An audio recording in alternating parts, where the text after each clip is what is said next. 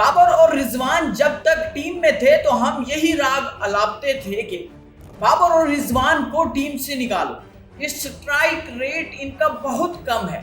یہی ٹیم پر بوجھ ہے، یہ سکور نہیں کرتے، یہ ہے، یہ وہ ہے، یہی ٹیم میں ہار کی سب سے بڑی وجہ ہے۔ اور آج پاکستان جب انڈیا سے بری طرح سے ہارا ہے تو پھر سب کو ایوریج کی سمجھ آ گئی ہے اور سب کو بابر اعظم اور رضوان کی سمجھ آ گئی۔ انڈیا سے ہارنے کے بعد لوگ ایک مرتبہ پھر بابر اور رضوان کو یاد کرنے لگ گئے ہیں، بابر اور رضوان کی ذمہ دارانہ بیٹنگ اور ان کی بہترین ایوریج کو یاد کرنے لگ گئے ہیں کہ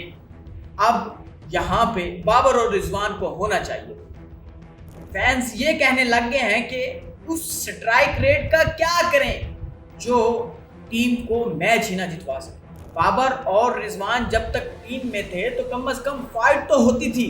ہم کسی سے ہارتے تھے تو فائٹ کر کے ہارتے آلموسٹ، لیکن آج تو فائٹ کرنے میں بھی دیکھنے میں نہیں آئی۔ آج اگر ہم اٹھا کے دیکھ لیں تو صرف پاکستان کا ایک بیٹسمین صرف اور صرف ذمہ داری کے ساتھ کھڑا رہا ہے اور اس نے جسپریت بمراہ کو 2 چھکے مارے ہیں، اور ریکارڈ ہسٹری میں اب تک انٹرنیشنل کرکٹ میں کسی بھی پاکستانی بیٹسمین نے انٹرنیشنل کرکٹ میں جسپریت بمراہ کو چھکے نہیں مارے۔ آج صاحبزادہ فرحان نے چھکے مارے اور سب ایسے جیسے تو چل میں آیا اس کی پالیسی پہ تھا۔ سائم ایوب 0، محمد حارث 3، کپتان سلمان الیاگا 3، حسن نواز 5، فخر زمان چانس ملنے کے بعد 17 رن، محمد نواز 0۔ یار یہ کہاں کا انٹینٹ ہے، یہ کہاں کی ذمہ داری ہے، کہاں کی سمجھداری ہے، کہاں کی بیٹنگ لائن؟ وہ تو پھر فینس ٹھیک یاد کر رہے ہیں بابر اعظم اور رضوان کو، ان کو تو یاد آنی ہے، پھر کہتے ہیں کلٹ ہے بابر اور رضوان کا، تو پھر کلٹ ہے تو کم از کم انہی کی طرح اس سے بہتر کر کے تو دکھائیں پاکستانی بیٹسمین۔ ہمیشہ سے ایسا ہوتا ہے کہ ایک کھلاڑی کے جانے کے بعد جب